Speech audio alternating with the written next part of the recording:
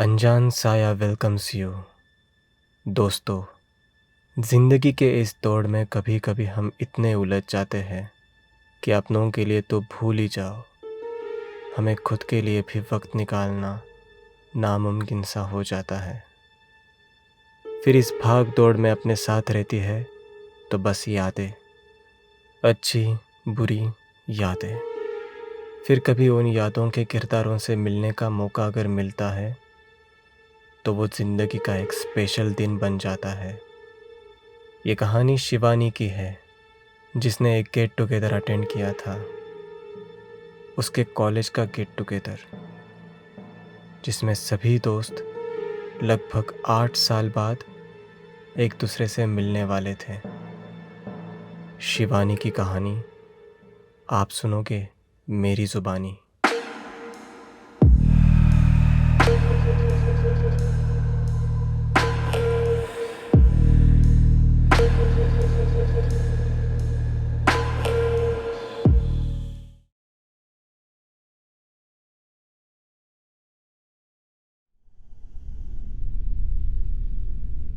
College से pass out होकर लगभग 8 साल होने को आए थे।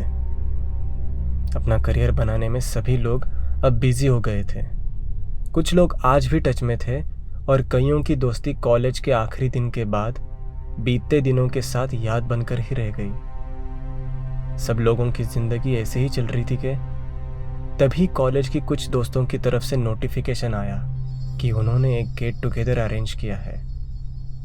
उन्होंने तारीख बहुत आगे की तय की थी ताकि किसी को आने में कोई भी दिक्कत ना हो।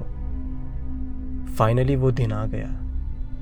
हम सभी लोग अपने रोजमर्रा के प्रॉब्लम्स दूर रखकर अब फिर से मिलने वाले थे। गेट टुगेदर के पार्टी के लिए एक बड़ा सा हॉल बुक किया गया था। एक्साइटमेंट के मारे बहुत सारे दोस्त दिए गए समय से पहले ही आ चुके थे, लेकिन मुझे इतनी भी एक्साइटमेंट नहीं थी। हाँ, कुछ दोस्तों से मिलने वाली थी मैं, लेकिन कॉलेज में मेरी ज़्यादा लोगों से जमती नहीं थी, क्योंकि मैं एक पढ़ाकू लड़की हुआ करती थी और शरारती बच्चे, बैड बॉयज़ मुझे हमेशा चिढ़ाते थे, मेरा हमेशा मजाक उड़ाते थे और मैं जानती थी कि पार्टी में वो सब लोग भी आने वाले हैं। That was quite obvious because ऐसे मामलों में वो कुत्ते हमेशा ही आगे रहते थे। इसलिए शायद पार्टी में जाते वक्त भी मैं ज़्यादा एक्साइटेड नहीं थी। पार्टी शुरू हुई और लगभग आधे घंटे के बाद मैं पार्टी में पहुंची। मेरे साथ मेरी 2 फ्रेंड्स भी थी, ईशानी और समीरा। हम कॉलेज के दिनों से ही बहुत अच्छे दोस्त थे। वो दोनों हमेशा मेरे साथ ही रहा करती थी। पार्टी में जाते ही हमने देखा कि सभी लोग अपना ग्रुप बनाकर बातें कर रहे थे, जो उनका कॉलेज में हुआ करता था। जैसे ही हम हॉल में गए, सभी लोग हमारी तरफ देखकर स्माइल करने लगे। मेरा बाकी लोगों की तरह कोई बड़ा ग्रुप नहीं था, लेकिन मेरी लगभग सभी के साथ अच्छे से जान पहचान थी। मेरे साथ आए हुए मेरे फ्रेंड्स ईशानी और समीरा हॉल में एंटर करते ही पार्टी में घुल मिल से गए। उनकी अजीब हरकतें मुझे एम्बैरस करने लगी, इसलिए मैं वहाँ से हटकर थोड़ा दूर जाके खड़ी रही। वहाँ 1-2 दोस्तों के साथ बातें करने के बाद मैं अपने आप ही अकेली पड़ गई। तब मुझे समझ आया कि कॉलेज में उन सभी लोगों की मजबूरी थी, इसलिए कभी कभार वो मेरे साथ बातें करने के लिए आया करते थे। लेकिन आज किसी को कोई मजबूरी नहीं थी, इसलिए मेरे साथ थोड़ी सी बात करने के बाद ही मुझे अकेला छोड़ दिया जाने लगा था। मुझे थोड़ा बुरा लगने लगा, इसलिए मैं बाजू के टेबल पे जाके बैठ गई। तभी पीछे से एक बंदा मेरे पास आया और उसने मेरा नाम पुकारा, शिवानी। मैंने पीछे मुड़ के देखा। वो बंदा मेरी तरफ देखकर स्माइल कर रहा था। मुझे उस वक्त अच्छा और बुरा दोनों ही लगने लगा। अच्छा इसलिए क्योंकि मेरे साथ कोई खुद से बात करने के लिए आया था, और बुरा इसलिए क्योंकि मैंने अभी तक उस बंदे को पहचाना नहीं था। ऑब्वियसली 8 साल बाद मैं अपने कॉलेज के दोस्तों से मिल रही थी, तो ये होना नॉर्मल है। ऐसा खुद को समझाकर मैंने उसे ना पहचानने के लिए सॉरी कहा और उसका नाम और क्लास पूछा। उसने मुझे अपना नाम अथर्व बताया और उसकी क्लास भी बताई। अब मुझे खुद पे गुस्सा आने लगा। जिन लोगों को मैं पहचानती थी उनको मेरे साथ अब बात करने में कोई इंटरेस्ट नहीं बचा था, पर जिसे मैंने कॉलेज में 1-2 बार ही देखा होगा वो बंदा खुद मुझसे बात करने आया था और मैं उसे ठीक से पहचान भी नहीं पा रही थी। उस टेबल पे अकेले बैठकर मुझे ऑलरेडी एम्बैरेस्ड फील हो रहा था, इसलिए मैंने ज़्यादा ना सोचते हुए उसे ज्वाइन होने को कहा। गप्पे शुरू करते ही हम दोनों ने बहुत सारे टॉपिक्स पर बातें की, फ़ोन नंबर एक्सचेंज किए। दोनों ने एक दूसरे को अपना लोकेशन बताया, फ़िलहाल क्या कर रहे हैं वगैरह वगैरह की फॉर्मल बातें। पर वो बातें भी मुझे अच्छी लग रही थी। एटलीस्ट टेबल पे अकेले बैठने से तो ये कई गुना अच्छा था। कुछ देर बाद अथर्व ने कहा कि उसके दोस्त उसे ढूंढ रहे होंगे, अब उसे उसके दोस्तों को फिर से ज्वाइन कर लेना चाहिए। मैंने उसकी बात को एग्री करते हुए उससे बाय कहा। अथर्व चला गया और मैं भी अपने दोस्तों के पास जाकर उनके साथ मस्ती करने की कोशिश करने लगी, जो आज तक मुझसे कभी हुआ नहीं था।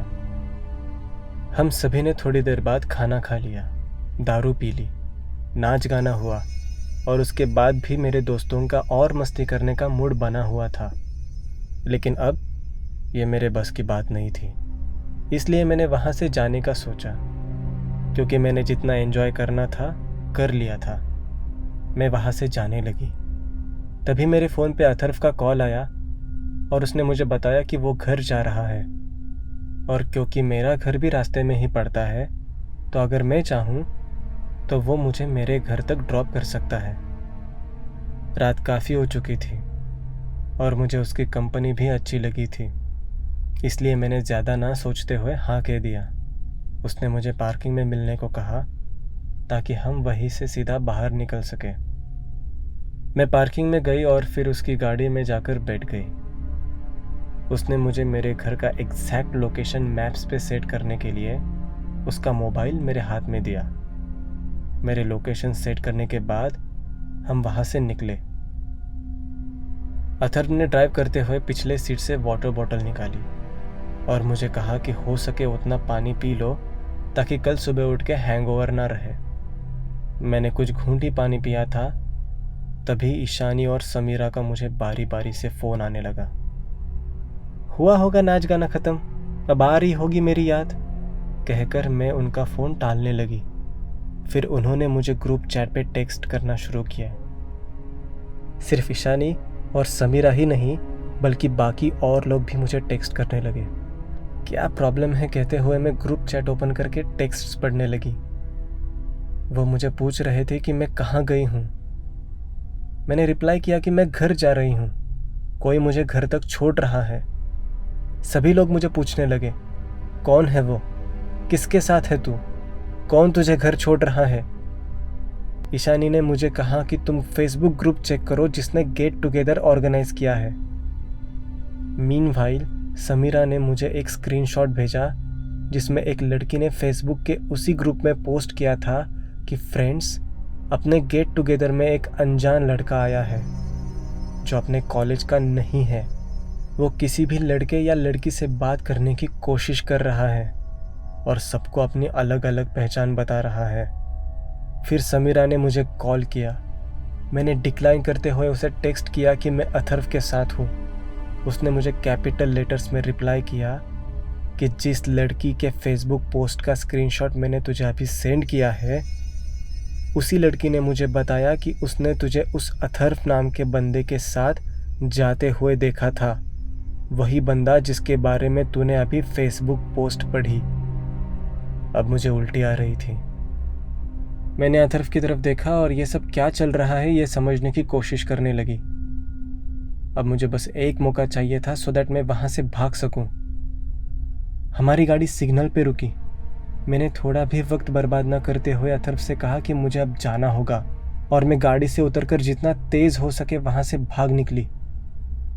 उसने मेरा पीछा तक नहीं किया।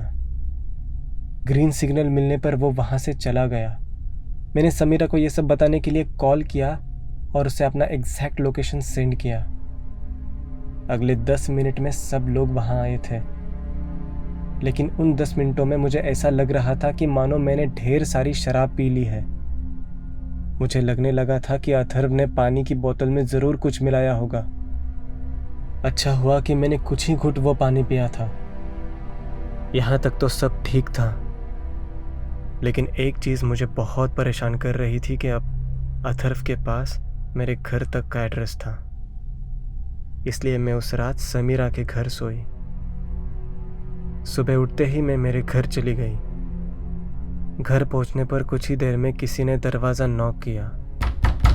मुझे लगा वही लड़का अथर्व होगा शायद। हिम्मत करके मैंने दरवाज़ा खोला तो वहाँ पड़ोस के अंकल थे। उन्होंने मुझे पूछा कि कल रात एक लड़का आया था, क्या तुम उसे जानती हो? मैंने अंकल को कल की सारी बात बताई। वो बात सुनकर अंकल को भी शौक लगा। उन्होंने मुझे बताया कि कल रात को एक लड़का आया था और बहुत देर तक दरवाजे पे नॉक कर रहा था। मेरी नींद टूटी और मैंने उससे पूछा कि किससे मिलना है।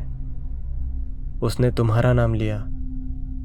मुझे कुछ गड़बड़ लगी, इसलिए मैंने कहा कि यहाँ तो पिछले 1 साल से कोई नहीं रहता। किसी ने तुम्हें बेवकूफ़ बनाया है। ये सुनकर बड़े गुस्से से वो चला गया। अंकल की ये बात सुनकर मुझे बड़ी राहत महसूस हुई। भगवान ने मुझे कितने अच्छे लोग दिए हैं। सिचुएशन संभालने वाले पड़ोसी, ज़रूरत पे मदद करने वाले दोस्त, और बेवजह मैं ही उनमें बुराइयां देख रही थी। उस दिन के बाद मुझे उस लड़के से कोई प्रॉब्लम नहीं हुई, लेकिन हाँ, मैंने उसकी पुलिस कंप्लेंट ज़रूर लिखवाई। ये थी आज की कहानी दोस्तों। अगर आप चाहते हैं कि मैं आपकी कहानी सुनाऊं, तो आप मुझे अपनी कहानी डिस्क्रिप्शन में दिए गए मेल आईडी पे सेंड कीजिए। कहानी का फॉर्मेट स्क्रीन पे दिखाया है। मिलते हैं अगली कहानी में। Until then, goodbye and take care.